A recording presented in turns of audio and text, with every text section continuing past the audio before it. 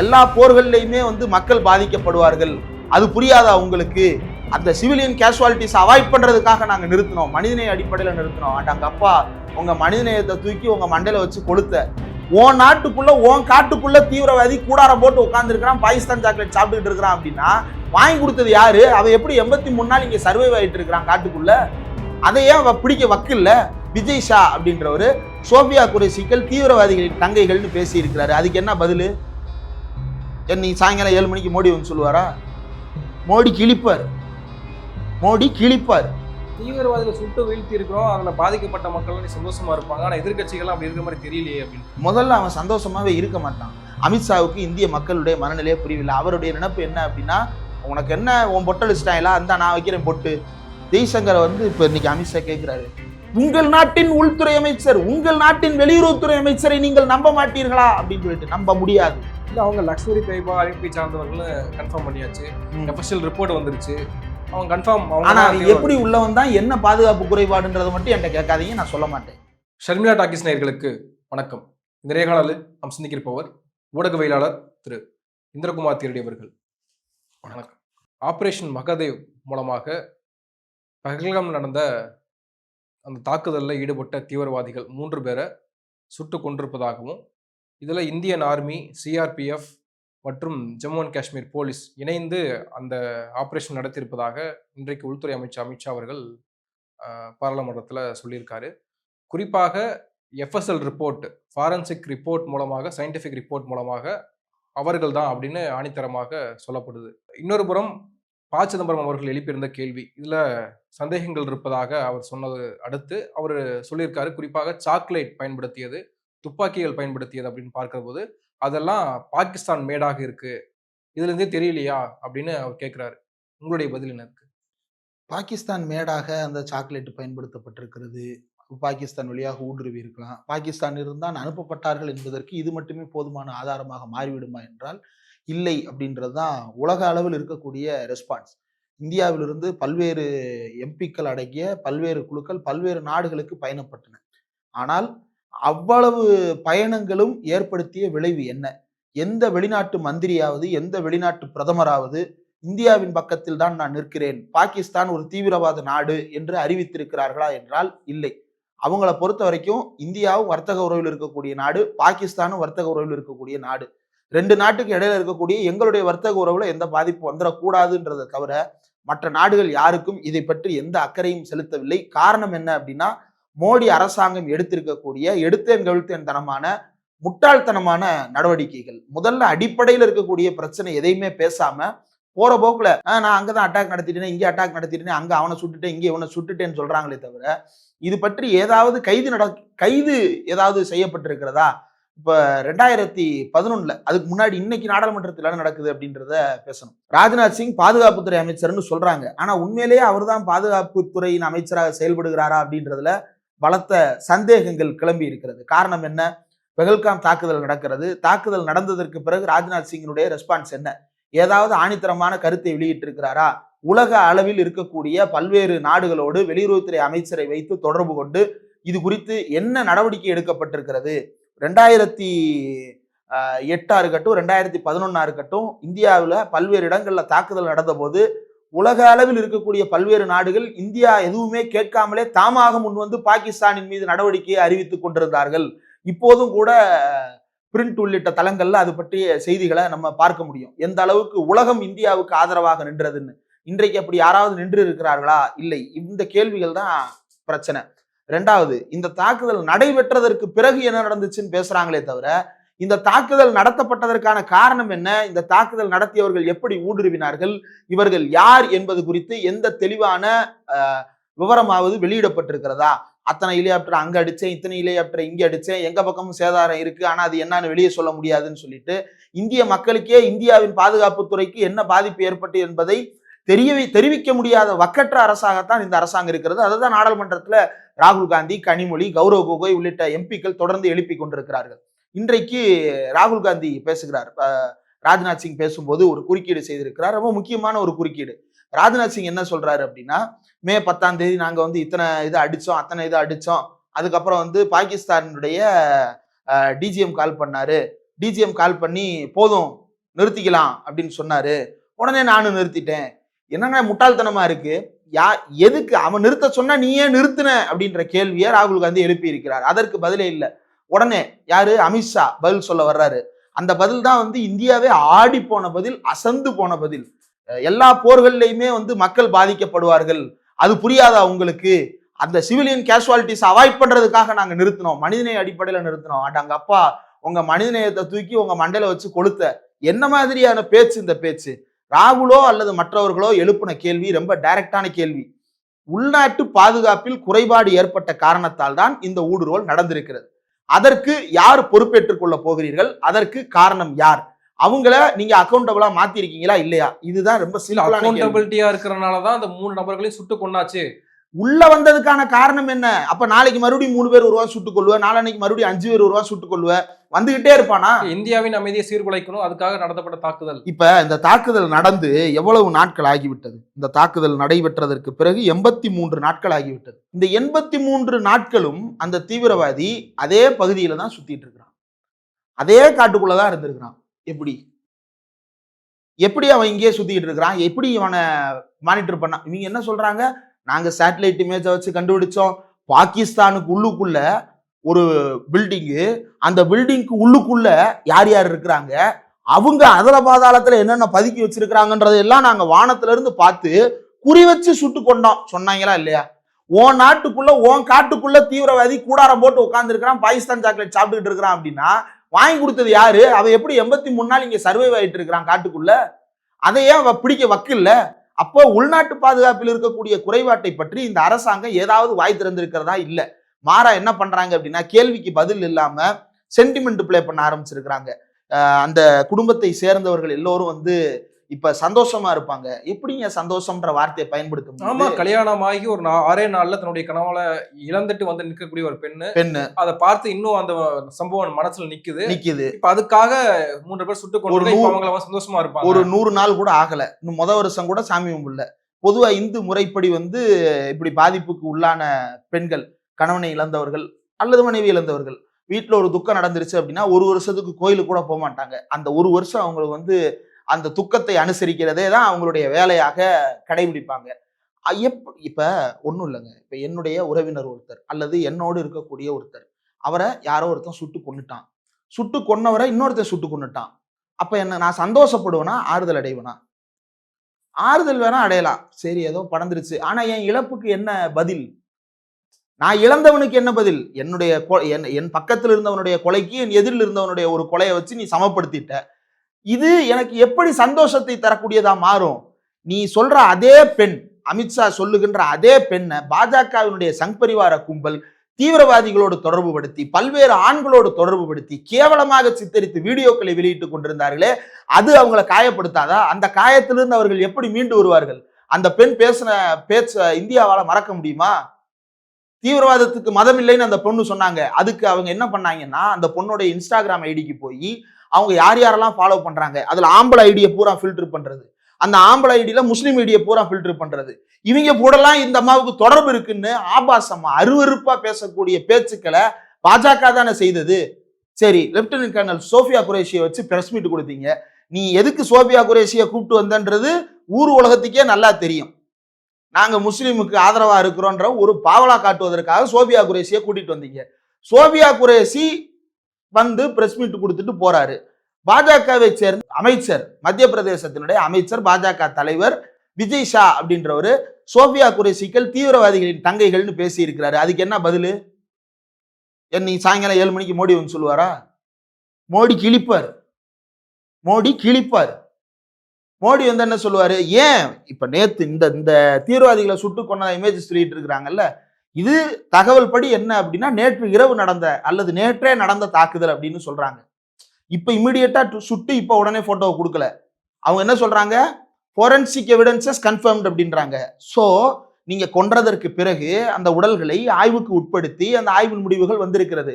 அப்போ நேற்றைய முன்தினமோ இந்த தாக்குதல் நடைபெற்று இருப்பதாக அறிய முடிகிறது. ஒரு 24 hours தேவையில்ல. அப்ப நேற்றைக்கு முன்தினமோ இந்த தாக்குதல் நடந்திருக்கு. ஏன்னா ஆபரேஷன் மகாதேவ்ன்றது குறித்தான அறிவிப்பு நேற்றைக்கு முன்தினம் வெளியானது. இன்னைக்கு நாடாளுமன்றத்துல பிரதமர் மோடி பேச வரும்போது, அமித்ஷா பேசி முடிக்கும் போது இந்த போட்டோஸ் ரிலீஸ் ஆகுதுன்னா, நீ கடைசி வரைக்கும் மீடியா கம்பெனி தான் பண்றதுக்கு லாயக்கே தவிர இந்தியாவை பாதுகாப்பதற்கு நீ லாயக்கே இல்லாத ஆளு. மோடி பேசுவதற்கு முன்பாக ஒரு தாக்குதல் நடத்திட்டு தீவிரவாதிகளை சுட்டு வீழ்த்திட்டு வந்து பேசுறாரு, இதெல்லாம் சொல்லுவாங்க. நான் பேசுறதுக்காக யாரோ ஒருத்தன் கொல்லுவேன். அவன் யாரு? கொல்லப்பட்டவன் ஒரு தீவிரவாதின்னு சொல்றாங்க. அவனுடைய நோக்கம் என்ன?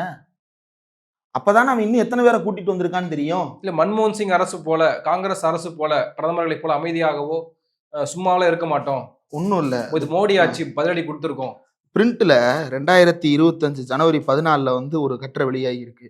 மன்மோகன் Singh saw the strategic trap Pakistan army set for India. He didn't fall for it.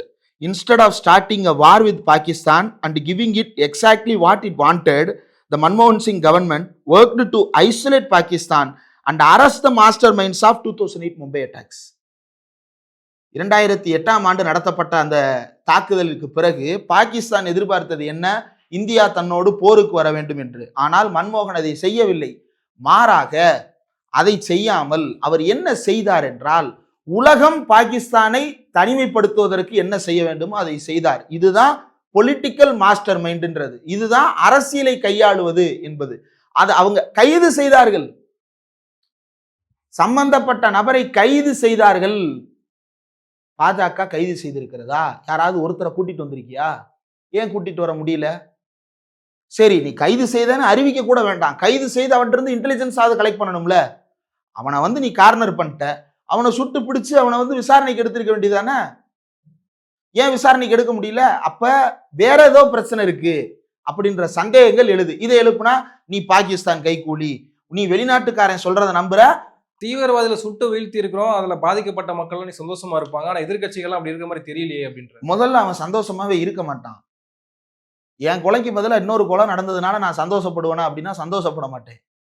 போடா, என் வீட்டுக்காரர் செத்ததுக்கு நான் இன்னும் அழுது முடிக்கலடா அப்படின்னு தான் என் மனநிலை இருக்குமே தவிர சந்தோஷம்ன்ற மனநிலைக்கு இடமே கிடையாது. அமித்ஷாவுக்கு இந்திய மக்களுடைய மனநிலையே புரியவில்லை. அவருடைய நினைப்பு என்ன அப்படின்னா, உனக்கு என்ன உன் பொட்டல் ஸ்டைலா இருந்தா நான் வைக்கிறேன் பொட்டு, சிந்தூர் வச்சு விட்றேன், நான் வச்சு விட்றேன் அப்படின்னு சொல்லிட்டு உட்கார்ந்து இருக்கிறத தவிர எதுக்கும் லாயக்கற்ற நபர்கள். இந்த 2008 வந்து நடந்தது பற்றி இதுல குறிப்பிடப்பட்டிருக்கிறது. In July 2008, President George W. Bush authorized US forces to conduct strikes inside Pakistan without the latter's permission. It led to skirmishes between the US and Pakistani forces in tribal areas where the dozens of Pakistani soldiers lost their lives. US உள்ள பூந்து தாக்குதல் நடந்துச்சு. யாருக்காக? இந்தியாவுக்காக. இத்தனைக்கும் காங்கிரஸ் கவர்மெண்ட்டுக்கு பேர் என்ன? ரஷ்ய ஆதரவு அரசுன்னு பேரு. பிற்காலத்துல அது 2 நாடுகளுக்கு ஆதரவா இருக்குன்னு வச்சுப்போம். ஆனா இந்தியாவுக்கு கடந்த காலங்களில் போர் என்று வந்தபோது யார் துணைக்கு வந்து நிற்பா அப்படின்னா ரஷ்யா துணைக்கு வந்து நிற்கும்.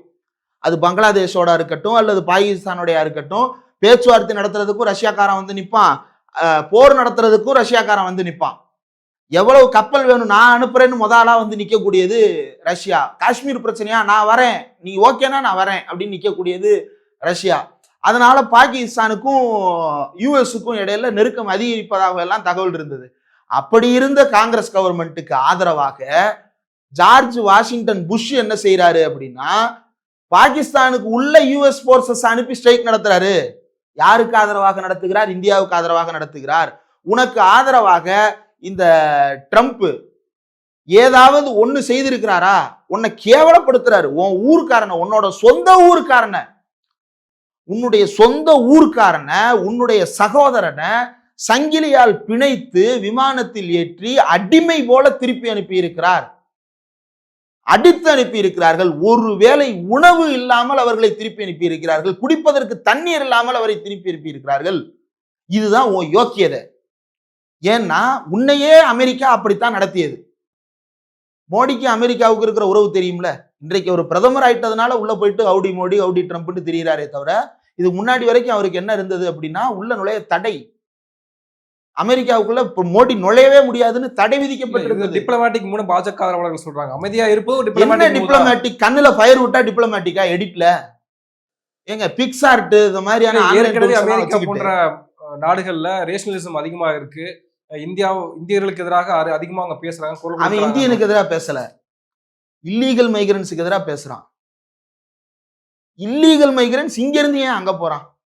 இப்ப பங்களாதேஷ்ல இருந்து இங்க இல்லீகலா வர்றான், ஸ்ரீலங்கால இருந்து இங்க இல்லீகலா வர்றான், பாகிஸ்தான்ல இருந்து இங்க இல்லீகலா வர்றான்னா, பாகிஸ்தான்ல இருக்கக்கூடிய வாழ்வியல் சூழலும், பங்களாதேஷ்ல இருக்கக்கூடிய வாழ்வியல் சூழலும், ஸ்ரீலங்கால இருக்கக்கூடிய வாழ்வியல் சூழலும் அவ்வளவு மோசமா இருக்குன்றதுனால அவன் வேற வேற நாட்டுக்கு ஓடுறான். இந்தியாவுக்கு மட்டுமா வரான்? ஆஸ்திரேலியாவுக்கு போயிருக்கிறான், கனடாவுக்கு போயிருக்கிறான், உலகம் முழுக்க புலம்பெயர்ந்து வாழ்றான். அங்கெல்லாம் புலம்பெயர்ந்தவர்களை ஏற்றுக்கொள்ளுகிறார்கள். உன்ன மாதிரி புலம்பெயர்ந்து வந்தாலே அவனை தீவிரவாதின்னு முத்திரை கத்தி ஜெயில போடுற நாடு அல்ல.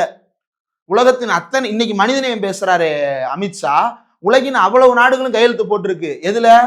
ரெஃப்யூஜிஸ் பேக்ட்ல கையெழுத்து போட்டிருக்குது. வருகின்ற அந்த புலம்பெயர்ந்து வருகின்றவர்களை ஏற்றுக்கொண்டு அவர்களுக்கு ஆதரவு அளிக்க வேண்டும் சொல்லிட்டு. தலாய் லாமாவை தவிர வேற யாரை நீ கூட்டு வச்சிருக்கிற? தலாய் லாமாவையும் கூட்டு வச்சது காங்கிரஸ்.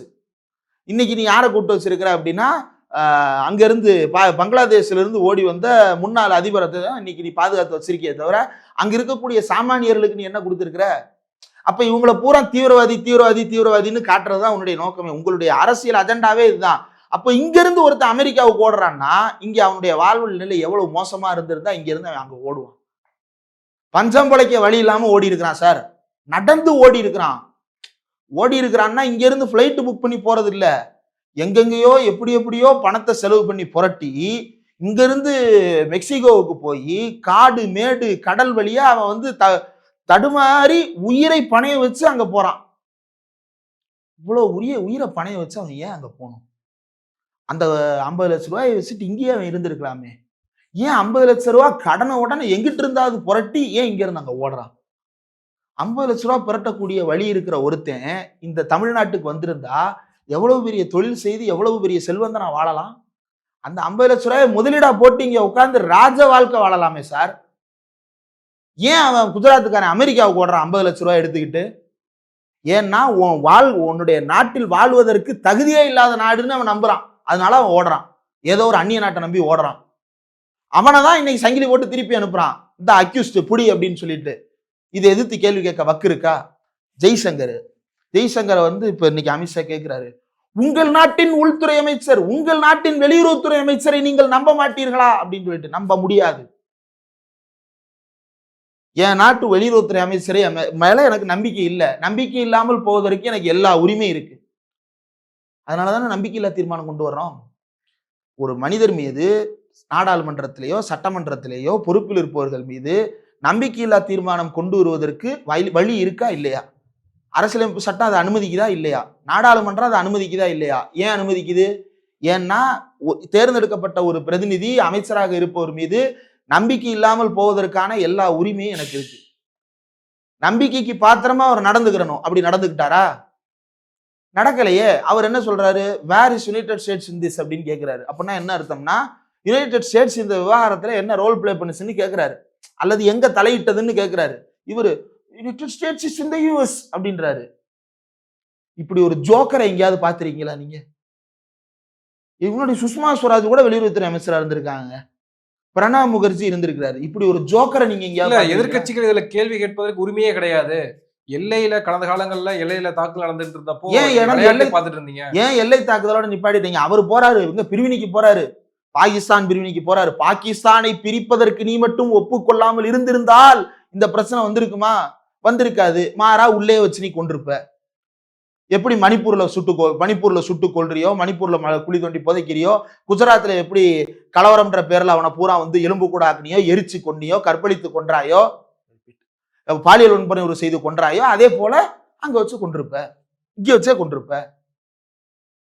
அப்ப இந்திய பிரிவினை என்பதை பற்றிலாம் பேசுறாருல, ஏன் நிகழ்ந்தது பிரிவினை? பிரிவினை ஏன் நிகழ்ந்தது?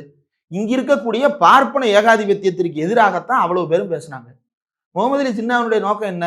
இங்க பாப்பா ஆளுகின்ற வரைக்கும் நமக்கு இங்க சுதந்திரம் கிடையாது, தனி உரிமை கிடையாது, சமத்துவம் கிடையாது, சகோதரத்துவம் கிடைக்காது, சமூக நீதி கிடைக்காது, அதனால அவர் என்னை பிரிச்சு விட்டுருன்னு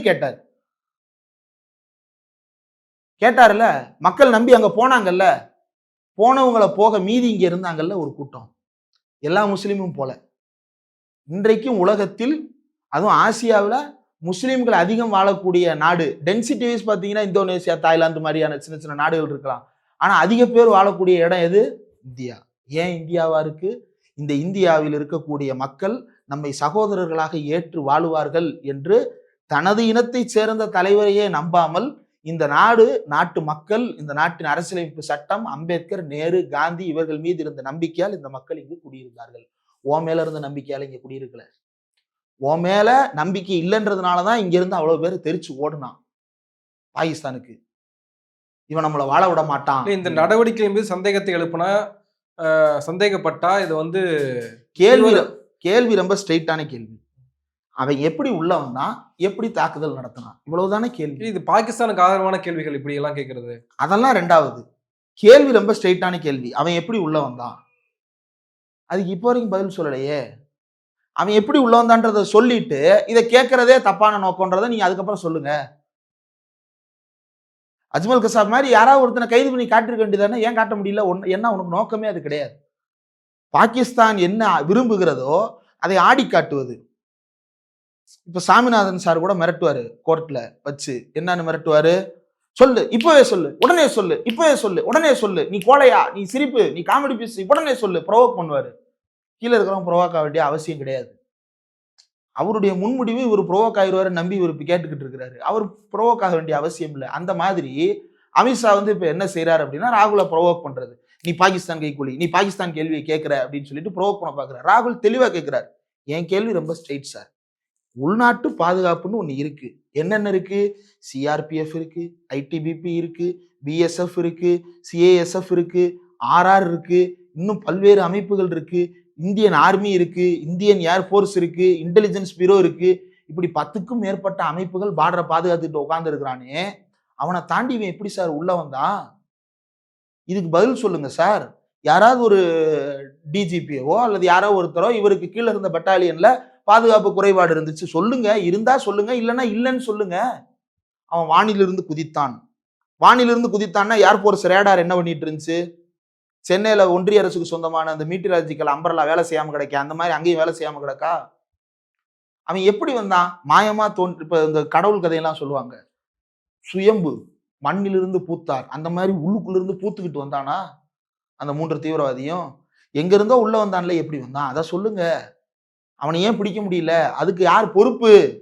உள்துறை அமைச்சர் தானே பொறுப்பே இருக்கணும். அன்னைக்கு ப. சிதம்பரம் ராஜினாமா பண்ணாரா இல்லையா?